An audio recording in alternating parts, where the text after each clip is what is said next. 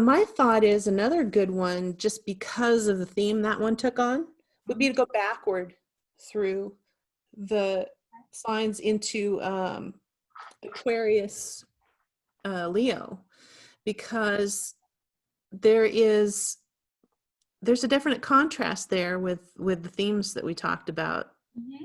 They're not private. No, they're both public. So that's a very yeah, so that polarity, that angle of the chart between Leo, which is at the heart of the entire solar system.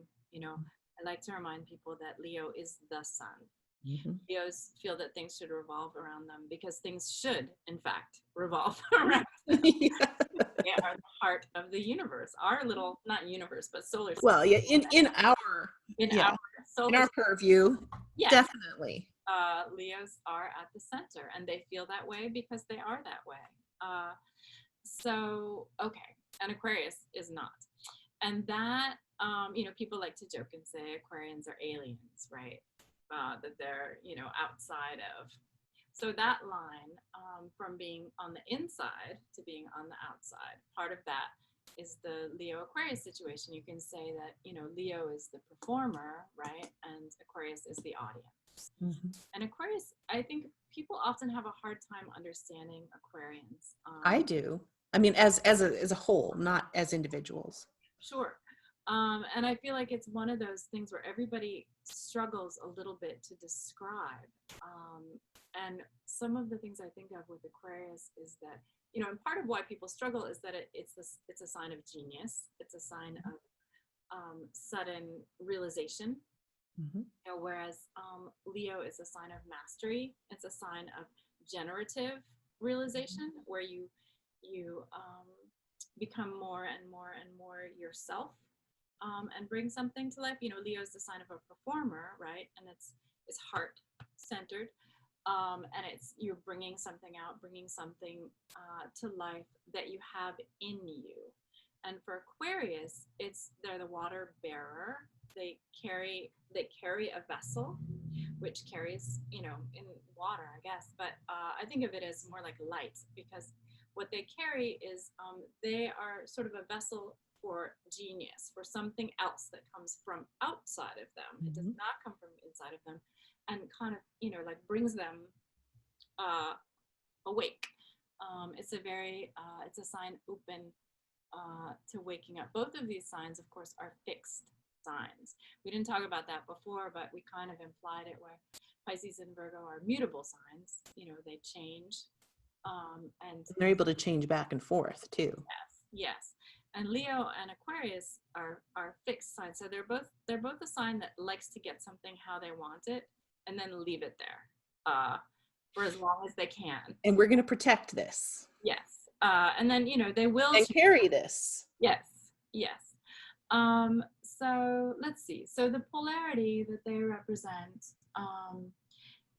it has to do, so they're both an individual. All right, and Aquarius is going to be the individual within the group. They're going to be the one who, when you're an individual within a group, are you the leader? Are you the heretic? Are you that you could have a bunch of different roles that you could be, but you're someone who somehow is within a larger group, who has an idea which the rest of the group doesn't totally get yet. But you're there to try to help them with that. And I feel like that's a very Aquarian model. Introducing an amorphous, not a seed of an idea, but like a fog of an idea that hasn't been put together in a way that conventional people would understand just at the outset. Well, it has to do with, you know, Aquarians are always looking for the edges of things, and they really do function in a way which is very clinically altruistic. So you can say that, like a co-op, you know, food co-op, where people buy their food and they all work together, that's a very Aquarian organization. And then, you know, the Nazi Party is also a very Aquarian organization. It's anything where people have grouped together to say, we think this would be for the betterment of society. And what the this is essentially, it's a process or a system of rules or a way of doing things. It's conceptual. And that's really Aquarian territory, is in the concept. Yeah. Yeah. Okay, that makes sense. And They're then, both unique too, mhm, but Leo is unique in a one person mhm. crowd. Leo is just its own deal. And Right. So Aquarius is unique, but not separated out. Aquarians will be that person who makes these terrible rules and then follows them for themselves too. Yeah. Yeah. Like, a lot of mutable signs can be pretty hypocritical, but fixed signs tend to be less so. That's what they said. That's what they said. Like, even if it's a terrible idea for them, and they're still gonna do it. Yeah. And so, right. So we have Leo, the performer, the one, Leo wants to be seen. In this way, I think Leo and Aquarius are actually quite similar. Aquarius do not like to admit to wanting to be seen, but they are the one wearing the weird clothes that you're going to have to look at them. Mm-hmm. And, you can't help but to see them, and they're like, "What, me? No." Like, whereas Leo is like, "Yeah, I want to be They seen." don't want to be seen like everybody else. Yeah. They want to be like everybody else. Well, Aquarius also often comes with. So here's a way that And that's Leo too. here's a way that they're the same and they're different. Both of these signs have to do with wanting to be special. Both of them do. And Aquarius does it often by default, where they feel like they were not wanted. They often, as children, feel like they were rejected, they were not accepted for who they were. Whereas Leos often, as children, were the little darling of whatever group they were in. I mean, this is obviously cannot be true. You can have, some Pluto and Leo and, terrible aspects making your. It's a flavor. But just as a general vibe, Leos tend to feel like that little kid looking up at adults, smiling at them and being like, "Ah, you see what I'm doing? Isn't it so great?" And Aquarius tend to be the one, like, over in the corner being like, "I tried to talk to them, but they didn't want to talk to me." And feeling super like, they pelted us with rocks and garbage. right. Like feeling like, wait, nobody understood. I tried to tell them about my idea, because Leo presents with self and Aquarius presents with content, with idea. And Aquarius can be less emotional about that perceived rejection because it's not personal. Mm-hmm. For Leo, any perceived rejection is very personal. Yeah, because they are their own product. I mean, the thing about Leo is that whatever they do is personal. Absolutely anything they do is personal. There is no not personal. And everything they do is the best, and everything their friends do is the best because they have the best friends. Everything that they touch is covered in gold, and that's how it is. And Aquarius is not thinking in that way. Although if you watch them, they are not thinking in that way, but they are living in that way often. Aquarians form groups which they think are the best, or they join groups and they quickly work their way into leadership positions. And whatever they're doing, they have carefully considered the other ways of doing it, and those ways are trash. And we will not be doing that way ever again now that I'm here and my group is in charge. That's right. And Aquarians are the ones who are they also are people who form very strong opinions and hold them for a very long time, fixed sign. And then because they're ruled by Uranus, because they have a Uranian vibe, they can trash those and like move on to the absolute opposite opinion and hold that one for another 20 years. I have a good friend from high school he's a Texan. He grew up in Texas. We went to boarding school, so there were kids from all over there. But anyway, he grew up, eating steak and whatever, and that was his whole scene. And then, at a certain point, he doesn't even put it like he decided to become vegan. He puts it, I realized I was vegan, and became very interested. Like, prior to that, he had a lot of health issues because of his diet, and different things, you know, and he went absolutely the other way as like animal rights activist. Is, you know, he went from being a bartender to being a puppeteer, you know, just a very sharp, very classic Aquarian, fixed ideas. Because before that, you know, when he was in bartender mode, he was not only a bartender, he was, you know, I have a picture of him with double bottles of whiskey shotgunning. You know, he was all in. And as an animal rights activist, he is all in, you know, and health guy and the whole bit. And I think that's very classic Aquarius, where you have a view, you have a vision of what is right, what should be happening, what makes sense, and you want to help everybody with that vision, you know. There's a truth thing going on. Very much so. It's absolute truth. Now that I've gotten to hear, this is absolute truth. Yes. They're very, you know, people describe Aquarians as quirky, which is true. They can be difficult to live with because they don't, you know, Leo understands if you're working from an emotional basis, because they have a lot of pride and they are working from an emotional basis frequently. And Aquarians do not so much understand that. They get it, but like from as a concept. Yes, as a concept from farther away. And they're capable of all signs, actually. Aquarians are the ones that I have known to be most capable of staying in unhappy relationships. If anybody's waiting for an Aquarian to leave that person they complain about, they might never do it. They might do it, but you know, it's it'll be unexpected in a way that's unexpected. Yeah, and it will be, you know, because they realize whatever it is, not because there's some greater truth to move to. Yes, not rather than some down and dirty reason. Right, like they might complain, you know, they might be like, this person always does this and I don't like that. But the not liking it is not as significant to them as whatever the structural elements are.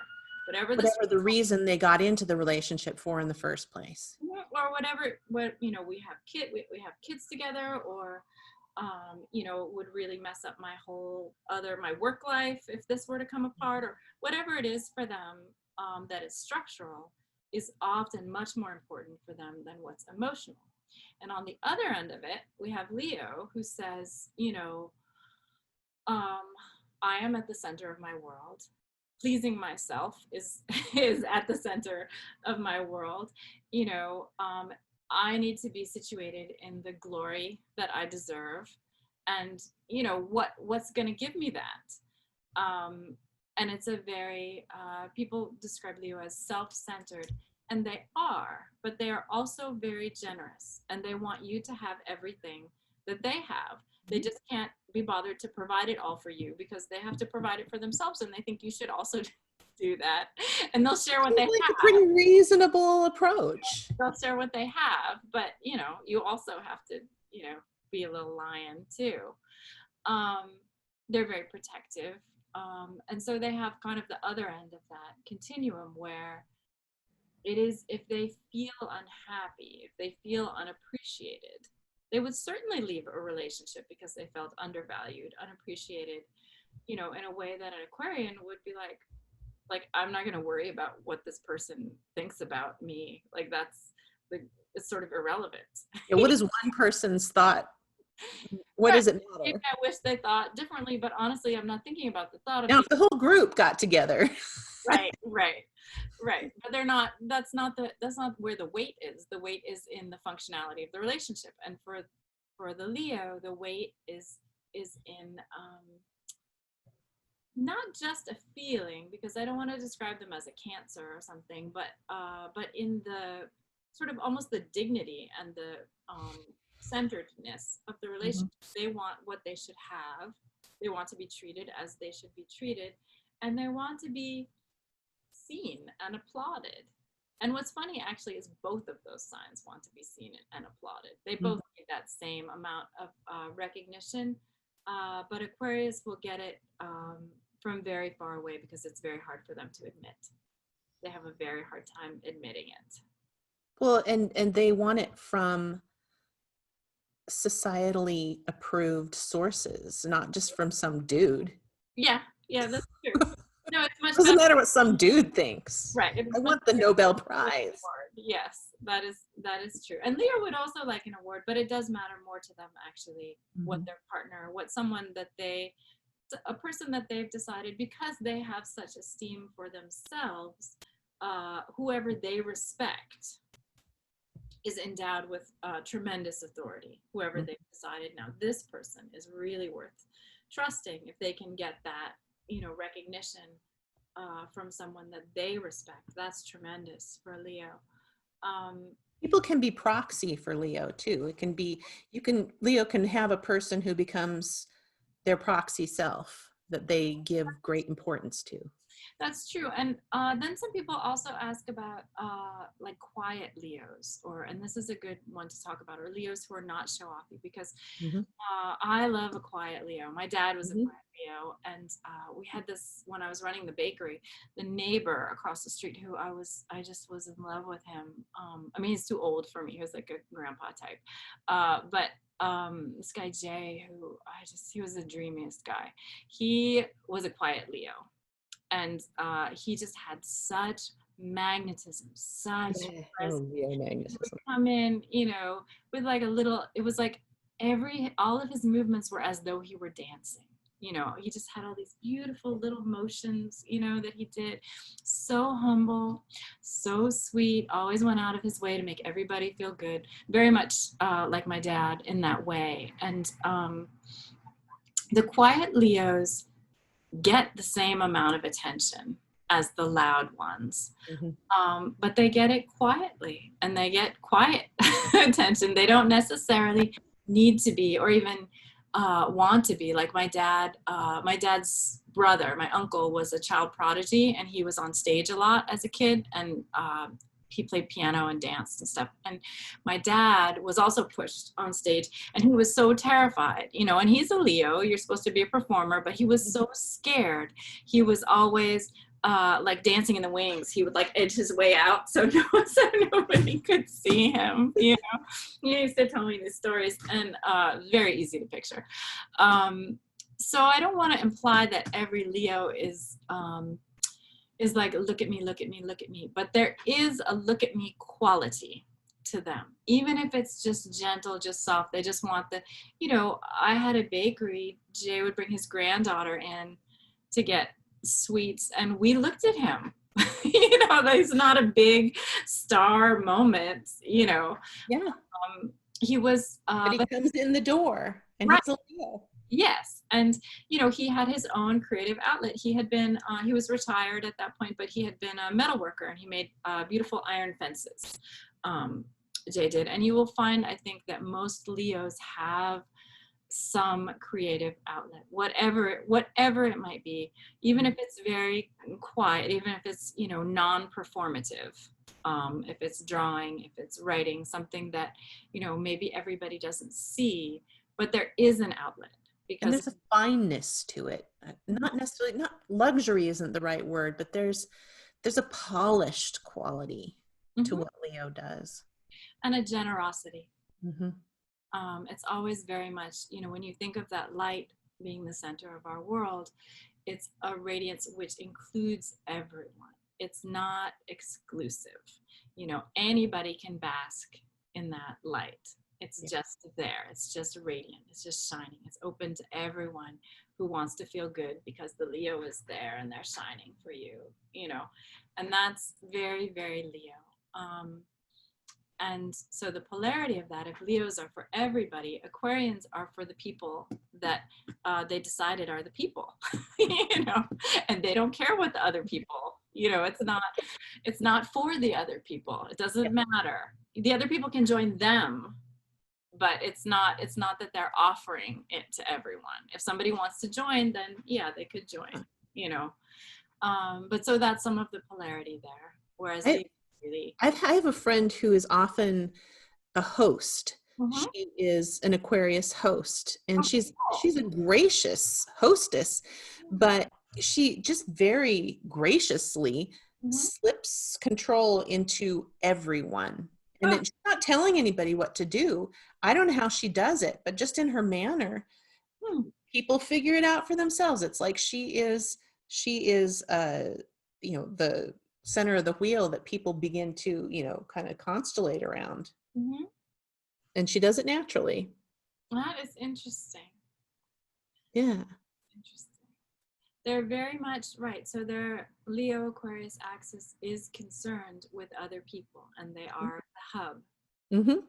wheels, for sure. And they're both very creative sign. They're a sign that brings something to life. Leo often brings something that, you know, may not be, it might be new, but it doesn't have to be. It can be something that exists that they just bring out more and more and more. And Aquarius might be more inclined to reach for something that has never existed and been like, you know, what about, and come up with something absolutely, you know, just brand new, off the wall kind of thing. People have Venus in Aquarius, man. They love like a lot of times those like glass sculptures or something where you're like, cool, what is that? Yeah. You know, something that is very different than whatever people expect. Dale Chihuly. Yes, exactly. Yeah, and he as a person is, again, I should probably, like, these just come out of my head, you know, so like, I haven't vetted it, but damn, he as a person just seems very Aquarian, and his art seems Aquarian. Who knows where that comes from, but Right. Yeah, something new. And really not being afraid of something new, being interested in it.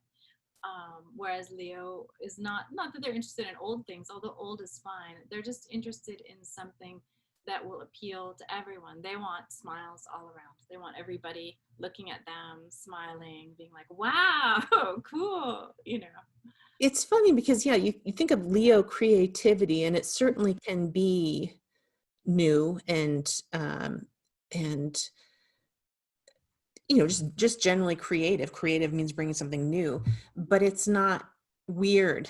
There's a certain um, appeal to at least building on convention. Right. Well, that They brings may take it away from that, but they're building on convention. that's another sort of access point, which is Leo is they're concerned with status frequently. They can be really just epic name droppers, you know, and picker uppers too. But status is a thing, and you know, status has to deal with what just the very idea of status has to do with what has already been decided on as good. It already exists, already good. And so you're, in a certain way, you're playing to the crowd. Something unknown can't have a specific value, and Right. they're looking for value in that. Exactly. And Aquarians, like one of my favorite Aquarian poster boys is Zach Condon, because he's the singer and composer of the group Beirut, which is one of my all-time favorite musical groups. Cool. And he's super genius. He's like, he is an Aquarius and he looks like an Aquarius. He's like he has some planets in Pisces too, but he's very, very Aquarian. And he came up with, you know, so many new sounds and so many new things, and did it so simply. And this is actually a fixed sign quality, I think, in that his music is actually strangely not that complicated. It is just geniusly put together, where a lot of simple elements are arranged in a way that makes things entirely new and popularizes things that no one was really thinking about. And you know, he really brought that not quite folk music, but I don't know what you call it, sort of like world folk music back into vogue, you know, pretty much single-handedly a number of years ago, where, you know, people were like, it's an accordion and a mandolin and, you know, whatever. He did a lot of that simply because he was interested in it. And his story, there's a great interview. He's super into trumpets. Some of his compositions, especially in his last two albums, are more like somewhere between pop and classical. It's really hard to describe, but he does these great trumpet compositions. But he got into it because he had a snowboarding accident, I think, and he broke his arm and he couldn't play guitar, you know, in high school like the way he had been, and he had to play something else. So he, you know, he picked up the trumpet, and also his girlfriend gave him a ukulele like as a joke, and he found he could play the ukulele because you don't have to bend your wrist as much as for the guitar. But anyway, so it happened on accident, because we can't talk about Aquarius without talking about accidents. Accidents are a big factor in Aquarian lives. Aquarians have majorly important accidents frequently, and then Leos have sort of sideways shift. Yes, in thinking and action and anything. Yes, and those really affect. That's have a big impact in their lives frequently. And Leo have maybe the complementary thing where it's in Leo, it's not called an accident, it's called a lucky break. Right? And Yes. that those are a little different. Yes. And they do have them differently. Uh-huh. Leos do have lucky breaks. I'm going to turn my light on. It's getting dark. And Aquarians have accidents that then they have to deal with the fallout of the accident. So that accident really made his career exist. He was stuck at home in his bedroom with his instruments trying to, you know, do something for a long time.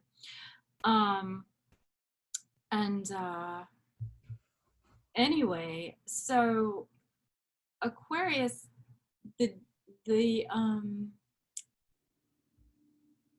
there's a certain simplicity in both signs, and Aquarius reaches for something new, and it often does it by a very simple, very elegant mechanism. You know, it's not usually ultra complicated or like a labyrinth of ideas kind of thing. Like they can follow a labyrinth, conspiracy theory, whatever. Right. But in terms of their own genius, it will just be like flipping a switch. Like, but did you ever think? And it will just be some, you know, maybe 3 or 4 steps, no more, of changing a way that something is put together. And that is really Aquarius. And then, you know, for Leo, it's simply expression. You know, it's simply really getting at whatever they have to express. And it's going to be, I think that difference between an accident and a lucky break also expresses some of that dichotomy as well, because, you know, for Leo, it will be someone smiling at them that they smiled at. It'll be someone smiling back who wants to help them for whatever reason. You know, they smile at somebody and somebody smiles back and is like, did you see them? They're really good. You know, and for an Aquarian, it's often like, you know, I had a car accident, or true, my dad left my mom and I had to get a different kind of job, or, you know, something. I mean, it sounds terrible to say because it's not, I'm not trying to say Aquarians are unlucky and Leos are lucky, because of course Aquarians can have good luck too. But in terms of what they're more likely to frame it that way. Yes, and in terms of what impacts them, Aquarians work with a shock, whatever kind of shock it is. They will work with the shock to make it into something else. And they may also have lucky breaks, absolutely. But in terms of what they frame their life around, what sticks with them, because remember, again, they often feel unwanted or unloved, like people didn't understand them. They weren't held in, they were held apart. And Leos often feel like they were held in, and whatever resentments they have, or, you know, in whatever ways, issues they have, they still also have some of that positive very often. And so it's not actually, I'm not actually talking about literal events will only be this way or only be that way, but in terms of what you hang on to as an Aquarian or a Leo. As a Leo, you look for that smile back. You know, as an Aquarian, you see whatever accident, whatever way that something was really traumatic, was really shook you up, really had to change. You thought, okay, this is the end of this. And then you did something else, whatever that something else is. That's a moment where Aquarius often has access to genius, is in the aftermath of whatever the shock is. That's how they frame their experience different. Yeah. Each sign does. Yes, yes, very much. That's actually very helpful. That's the sign that I probably have the least fluency in, is Aquarius. It's hard to wrap my mind around it and keep it in. Well, it wants to go beyond that. And it is very lightning-y. I don't have any Aquarius, but I have sun, I have Uranus square my sun. And I relate to the shock part of it. I think I relate to, you know, like a sudden thing that that changes everything. And I have known a lot of Aquariuses, and I think that does really happen for them, where they'll see something as very much of a turning point, and they won't, you know, they'll do it. Turning point. That's a catchphrase that I associate with Aquarius. Mm-hmm. Yeah, where Something pivots. Mm-hmm. And it has to be sudden. Mm-hmm. And then a new is like one, you know, it locks into a whole new set of ideas. And it's a very idea rich sign. Ideas are very important to them, and they really hold them close to their heart. Actually, I think ideas, you know, and right where a Leo might hold maybe more like connection, or, you know, adoration, or something that makes them really feel like they exist. I have a very dear friend who is also, you know, a client, and they spent the time that we were talking about a problem with the partner. And it just occurred to me, it's like, it took me a while to like figure out, and I had a very, you know, succinct, just very short thing to give back, because that's what I knew they wanted. They just wanted to know what to do. Like, just very like, what's my next move? I screwed this up. But it just occurred to me now what the problem was, because it's a totally Leo problem. Totally Leo problem. It was that the partner was not paying attention to them well enough while they were doing the thing. Like they were doing a very labor heavy kind of, you know, just needs to be done thing. Nobody wants to do it, and, you know, nobody wants to help if they don't have to. And there was no role for this other person. And so the Leo was just, I've never known them to be upset with their partner ever. But, and it's like, so this one thing was confounding about why. It's like, she wasn't watching him do the thing for her. Mm-hmm. Yeah. She was sitting there like, she wasn't appreciating that he was performing this thing for her. Mm-hmm. Right. We should talk about performance a tiny bit. I mean, I know this has gone long for It's like, you know, you're scrubbing out the bottom of something. Who needs to watch that closely? Well, if they're a Leo, maybe you better, if you don't want them to like make you do it next time. Well, you know, check this out. This makes me think of, so my daughter, one of my daughters is a Leo, and when it was cleanup time, you know, when she was little, it was cleanup time for everybody, you know, when we're all cleaning the house, say like on a Sunday morning or Saturday morning or something. And the only way I could get her the least bit interested, because cleaning is not what a Leo wants to do very much. It just doesn't hold a lot of allure. No. Be like, pretend you're Cinderella. Yes. But it worked. Yeah, it does. Playing Cinderella. Oh, it was terrible how they had to clean and clean. It was so, oh, it was terrible. And there was still like a little cleaning anyway, at least more than not participating at all. Because we didn't really talk about dress up, and we didn't really talk about acting, which is of course associated with the sign of Leo, big time, right? Acting. And, you know, we said performer, audience, whatever, but really acting and getting to play, which is Leo territory, and getting to pretend, you know, which is also Leo territory. And Pisces likes to pretend too, but this Leo's pretend is like, it's like the glory of pretending, you know, it's like, yes, how wonderful. Did you notice that I was acting?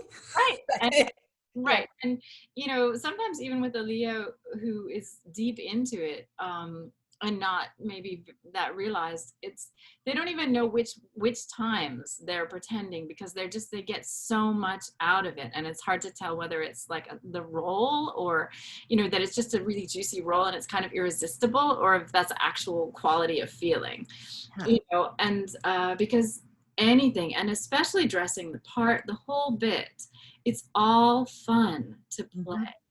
It's all fun, all of the parts, all of the sets, you know, because we talk about Leo being at the center and being kind of an emotional, heart-centered sign, they're not emotional in a personal way. This is a way actually that they share with Aquarius. They're emotional in a slightly impersonal way because they're able to enter into the glory of whatever set of emotions, whatever set of specifics they might view. They might see that emotion as, you know, pertaining to whatever, however the role should be played. That's how they want to play it, and they go right in really deep and absolutely play the way a little kid plays making you dinner. You know, they're frying the eggs because what they're doing. And you know, a Leo will do that with their lives. They will do that with their whole life. They'll play, you know, it's part of what makes life livable. As Leo is to get to play whatever role. And so it's, you know, I think especially working with Leos or talking about people how to, you know, sort of work with their own innards, give yourself, if you're a Leo, give yourself a role that you want, for God's sakes. Yes. You know, give yourself a play role. it regardless. Right. And so if you let somebody write the role for you and you're like, oh, I'm backed into this role, I'm like the whiny person who was left, or I'm the whatever, because they can play anything. It doesn't matter, any role, as long as they're getting some juice for it. You know, if you can give yourself what would be the best role, the absolute best, the most exciting, the most lovely, the one that you feel like really brings out everything that you've got, you know. And it's a good question for Leo because they have so many things bring to it, and you know, to think about what can they do it. And the other thing about Leos, especially if they're self-possessed, they have a lot of elegance, and they have a lot of can be charm. And yeah, there can be overbearing Leos, but if you have enough, you know, sort of if they have enough self-awareness to not not just like be, you know, sort of trashing everybody around them, Leos can really really embody the joy of life in whatever role they have chosen. You know, they can embody just how good it is to be alive. Kind of like, you know, I talked about Jay buying a pastry for his granddaughter or whatever, but like doing anything, being a street sweeper, being, you know, the ruler of a country, whatever it is, just getting that real joy of anything.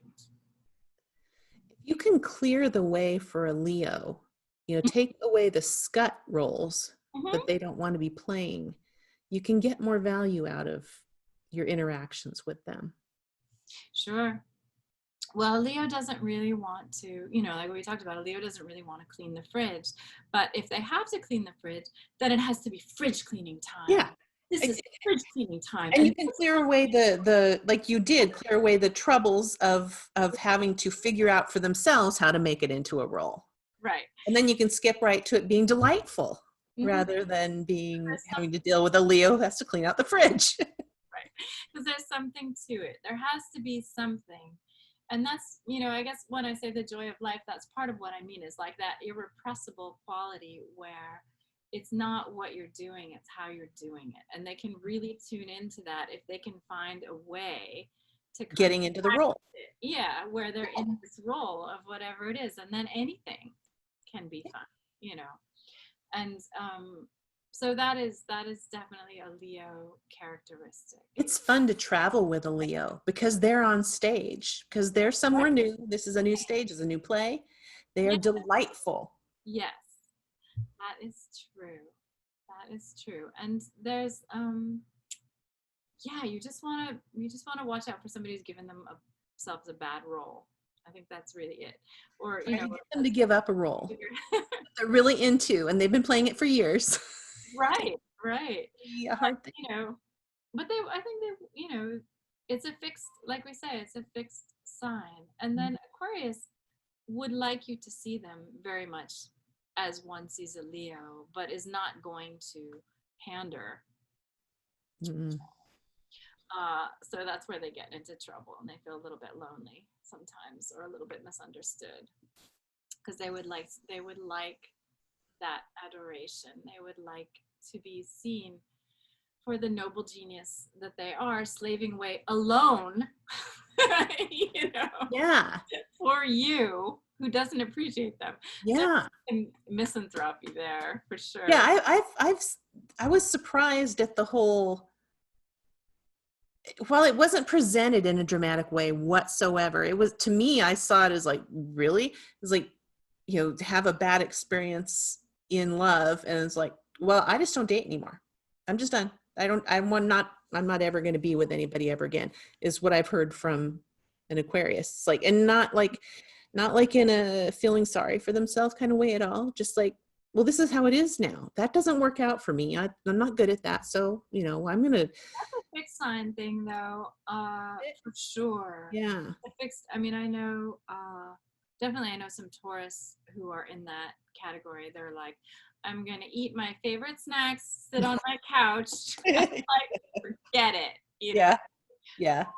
get it. Yeah. You know, if somebody comes up to me, maybe I'll think about it, but they're gonna have to interrupt my, you know, it's very, very fixed. Yeah. I see that. True. You know, I think, but yeah, I think Aquarius is often looking for, It was a failed experiment. They're experimenters. And yeah, it was a failed